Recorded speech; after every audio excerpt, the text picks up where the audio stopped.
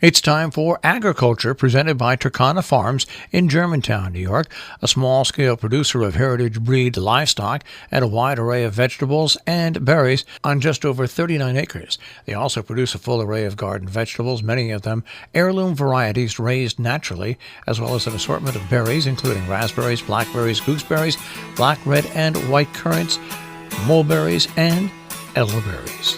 And now, here's Mark Scherzer. It's a balmy winter Saturday. The sun is ever higher in the sky. Breeze is mild.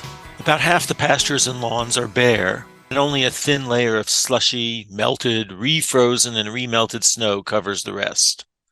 The ground is soft. It's the sort of day that screams out, "Look for the crocuses to pop." And yesterday was almost as nice.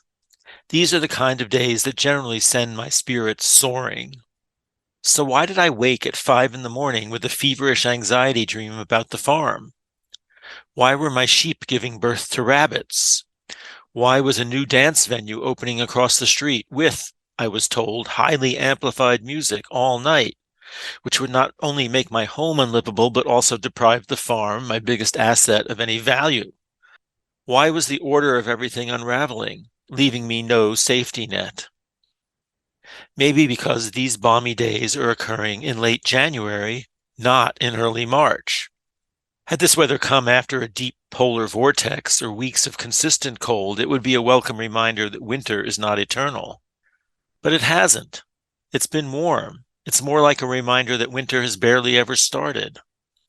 As of January 29th, New York City will have gone longer without accumulating snow than in any previously recorded winter.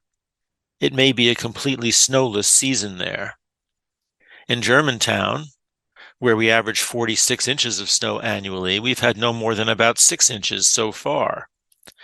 Our small snowfalls were followed so quickly by rain or warm weather that I've only had to shovel the driveway once. Sure, February is usually the snowiest month, but I doubt we're going to come close to our annual average. Even the mountains up north have been unusually warm.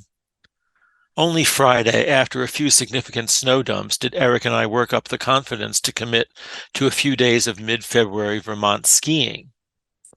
Otherwise, the thought of plunking down a room deposit seemed a bit like buying cryptocurrency, highly speculative.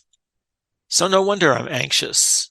In the last few years, the social order and work routine as it existed most of my life was upended by COVID. The geopolitical order was shattered by Trumpism and Roostism.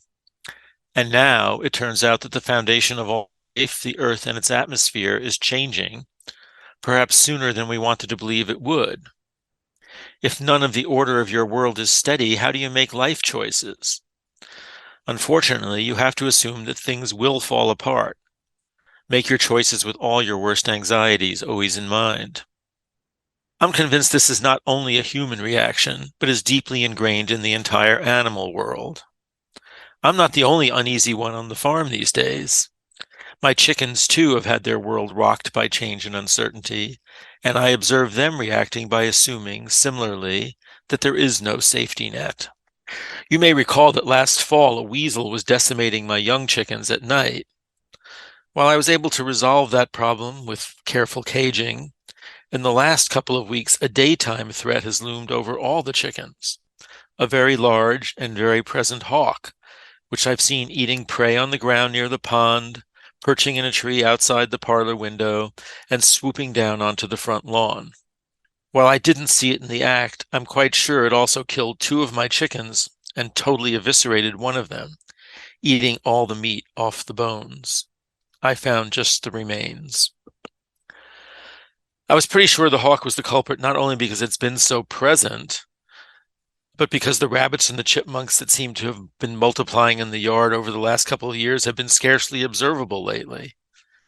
And also because of the way the chickens react whenever the hawk can be seen or heard above. They run into the coop and hide in the corner, preferably under a solid surface. I realized also that the chickens have become far more vulnerable to hawks than have been in several years.